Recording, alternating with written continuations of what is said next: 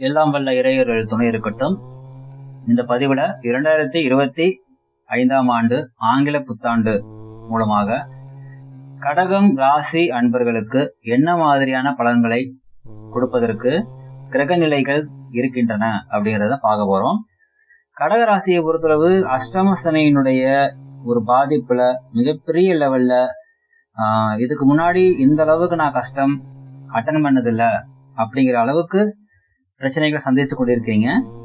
இதுல இந்த கடக ராசி அன்பர்களுக்கு அஷ்டம சனியானது ஃபர்ஸ்ட் டைம் அட்டன் பண்ணக்கூடிய நபர்களுக்கு இந்த அளவுக்கு பெயின்ஃபுல்லா இருக்குமா அப்படின்னு நான் எக்ஸ்பெக்ட் பண்ணவே இல்லை அப்படிங்கிற லெவலுக்கு இருக்கக்கூடிய நிலையானது இருக்கின்றது. முக்கியமா பள்ளி பருவத்துல இருக்கக்கூடியவர்களுக்கு, காலேஜ் பெற்றிருக்கிறவங்களுக்கு இந்த காலகட்டம் அப்படிங்கிறது மிக கடுமையான ஒரு காலகட்டமாக இருந்திருக்கிறது. ஏன்னா இந்த காலகட்டத்துல தான் ஹாப்பியா இருக்க வேண்டிய ஒரு பீரியடு, ஹாப்பியா இருக்க முடியக்கூடிய ஒரு பீரியடும் இதுதான். அதாவது இந்த காலகட்டத்துல ஹாப்பியா இருந்தீங்கன்னா அப்படின்னா உண்டு. ஏன்னா இனி வரக்கூடிய காலகட்டத்துல நிறைய அனுபவங்கள் இருக்கும். அந்த அனுபவங்களை இந்த டைம்லயே உங்களுடைய கையில கொண்டு கொடுத்திருக்கக்கூடிய ஒரு காலகட்டமாக அஷ்டம சனியுடைய பாதிப்பு அப்படிங்கிறது இருந்து வந்திருக்குது. அடுத்ததா பிறந்தப்போ அஷ்டம சனியில பிறந்திருப்பீங்க, அல்லது பிறந்த கொஞ்ச நாள்ல அஷ்டம சனி வந்திருக்கும், வித்தின் ஒரு 10 வருஷத்துக்குள்ள அப்படின்னு வைங்களேன். இப்ப உங்களுக்கு ஒரு 40 வயது ஆகுது அப்படிங்கிற பட்சத்துல அதிகபட்சம். ஸோ இந்த காலகட்டத்துல 2ஆம் முறையாக அஷ்டம சனியை எதிர்கொள்ளக்கூடிய நபர்கள் குடும்ப ரீதியாக, உறவுகள் ரீதியாக, மருத்துவ செலவுகள் ரீதியாக, பொருளாதாரம் ரீதியாக எல்லா வகையிலுமே பாத்தீங்கன்னா ரவுண்டு கட்டி அடிக்குதுப்பா. ஒரு பக்கம் கூட நிமிர முடியல. கொஞ்சம் நிமிந்து பார்த்தாலே டொப்புன்னு தலையில தட்டுது, சும்மா தட்டல, பெரிய ஆயுதம் கொண்டு தட்டுது அப்படிங்கிற லெவலுக்கு பிரச்சனை அட்டன் பண்ணிட்டு இருப்பீங்க.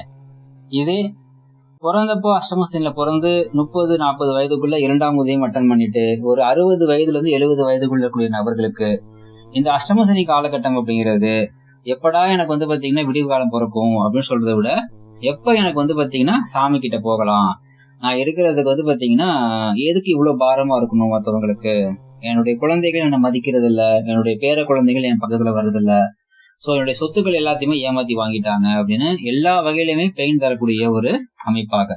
ஏன்னா 7 சனியை பொறுத்தல பாத்தீங்கன்னா 60 வயதுக்கு மேல வரக்கூடிய 7 சனி, அதாவது 3ஆவது முறையாக வரக்கூடிய 7 சனி அப்படிங்கிறது நன்மைகளை கொடுக்கும் அப்படிங்கிற அமைப்புல சொல்லப்படுகிறது. ஆனா அஷ்டம சனி அப்படிங்கிறது அப்படி கிடையாது. முதல் முறையாகட்டும், 2வது முறையாகட்டும், 3வது முறையாகட்டும், ஒவ்வொரு முறையும் முன்னாடி கொடுத்ததை விட எக்ஸ்ட்ராவா தான் பாத்தீங்கன்னா தீமைகளை கொடுக்கும். ஏன்னா 7 சனியில கூட நன்மைகளை சந்தித்த நபர்கள் எக்கச்சக்கமாக உண்டு. ஆனால் அஷ்டம சனியில பாத்தீங்கன்னா நன்மைகள் சந்தித்தவர்கள் அப்படிங்கிறது மிக மிக மிக மிக மிக மிக ரொம்ப குறைவு. சோ இந்த நிலையானது இந்த வருடம் உங்களுக்கு மாறப்போகிறது. 2025 மார்ச் மாசத்துல 29ஆம் தேதி திருக்கணித முறைப்படி கடகராசி அன்பர்களுக்கு சனி பயிற்சி நடந்து அஷ்டம சனி விலகுகிறது. சோ பாத்தீங்கன்னா மிக பெரிய ஒரு காரிருள், என்ன இருக்குது ஏது இருக்குதுன்னு எதுவுமே தெரியாம பாத்தீங்கன்னா ஒரு கஷ்டப்பட்டுட்டு இருந்த நிலையில இருந்து கொஞ்சம் கொஞ்சமாக பாத்தீங்கன்னா விடியலை நோக்கி செல்லக்கூடிய ஒரு அற்புதமான ஒரு காலகட்டம் 2025ஆம் ஆண்டு ஏப்ரல் மாதம் முதல் உங்களுக்கு ஆரம்பிக்கிறது. இதே காலகட்டத்துல 2025 டிசம்பர்ல தான் பாத்தீங்கன்னா சனி பயிற்சி அப்படின்னு சில சொல்லுவது உண்டு. இது என்னன்னா 2025 டிசம்பருங்கிறது பாத்தீங்கன்னா வாக்கியப்படி நடக்கக்கூடியது. அதாவது திருநள்ளாறு கோவில்ல பூஜை பண்ணக்கூடியது 2025 டிசம்பர்ல தான். பட் திருப்பதி கோவில் முதற்கொண்டு பல கோவில்கள்ல ஃபாலோ பண்ணக்கூடியது 2025 மார்ச் மாசம் 29ஆம் தேதி நடக்கக்கூடிய சனி பயிற்சி. பிகாஸ் இது பாத்தீங்கன்னா திருக்கணித முறைப்படி.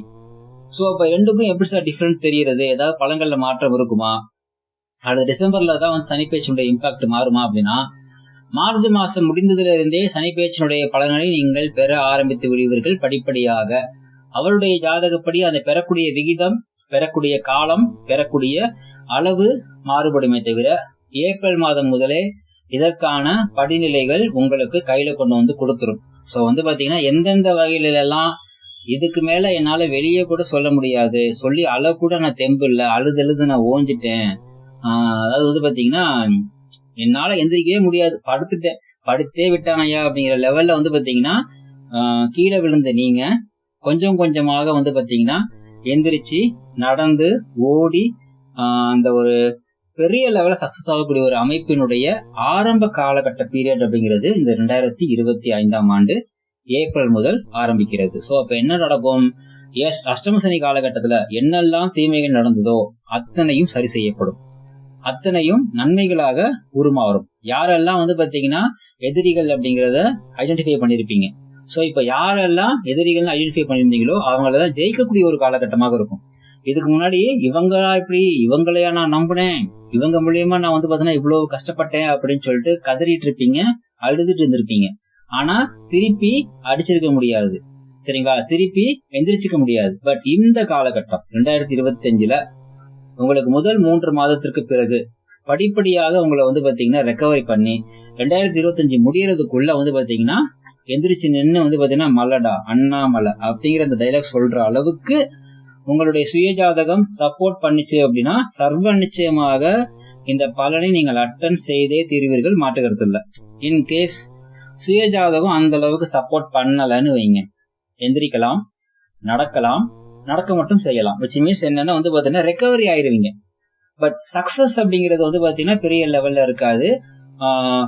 எந்திரிச்சு நடக்கவே முடியாது அப்படிங்கிற இது நிலையில இருந்து நடக்க ஆரம்பிக்கலாம். ஆனா சக்சஸ் அப்படிங்கிற அமைப்பு கொடுக்காதுங்கிறதுல கொஞ்சம் தெளிவா இருங்க. இது எதன் அடிப்படையில அப்படின்னா உங்களுடைய ஜாதகம் சனி பகவானுடைய பயிற்சி மூலியமாக நன்மைகளை முழுமையாக பெறக்கூடிய வகையில இருந்துச்சுன்னா முன்னாடி சொன்ன மாதிரி உங்களை அடிச்சுக்க ஆளே இல்லை. உங்களை எதிர்த்தவங்க எல்லாரையும் நீங்க ஜெயிக்க போறீங்க.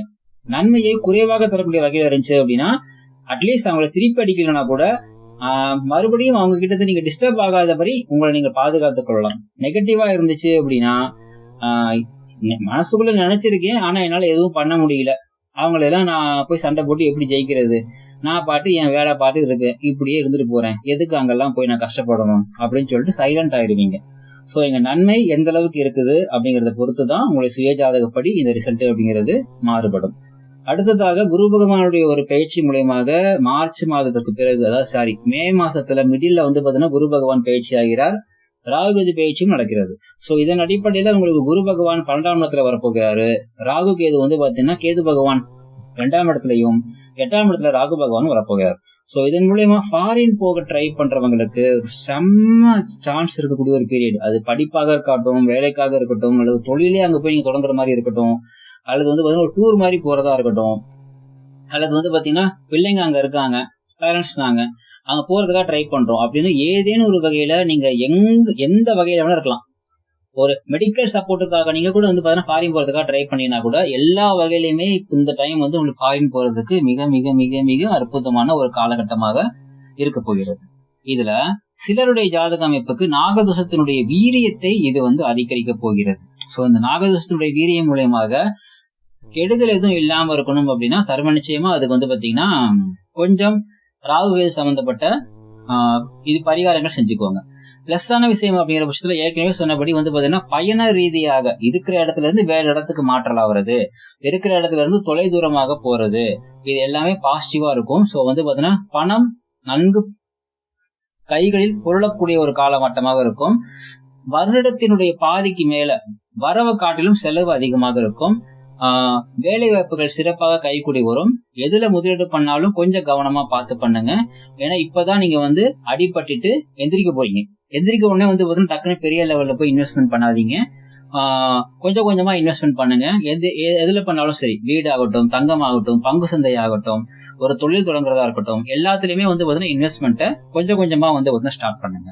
அடுத்ததா குரு பகவானுடைய ஒரு நிலையானது 12ஆம் இடத்துல உட்கார்ந்து உங்களுடைய 4ஆம் இடத்தை பாக்குறாரு, உங்களுடைய 6ஆம் இடத்தை பாக்குறாரு, உங்களுடைய 8ஆம் இடத்தை பாக்குறாரு. சோ 8ஆம் இடத்துல ராகு பகவான் ஆல்ரெடி கனெக்டா இருக்காரு.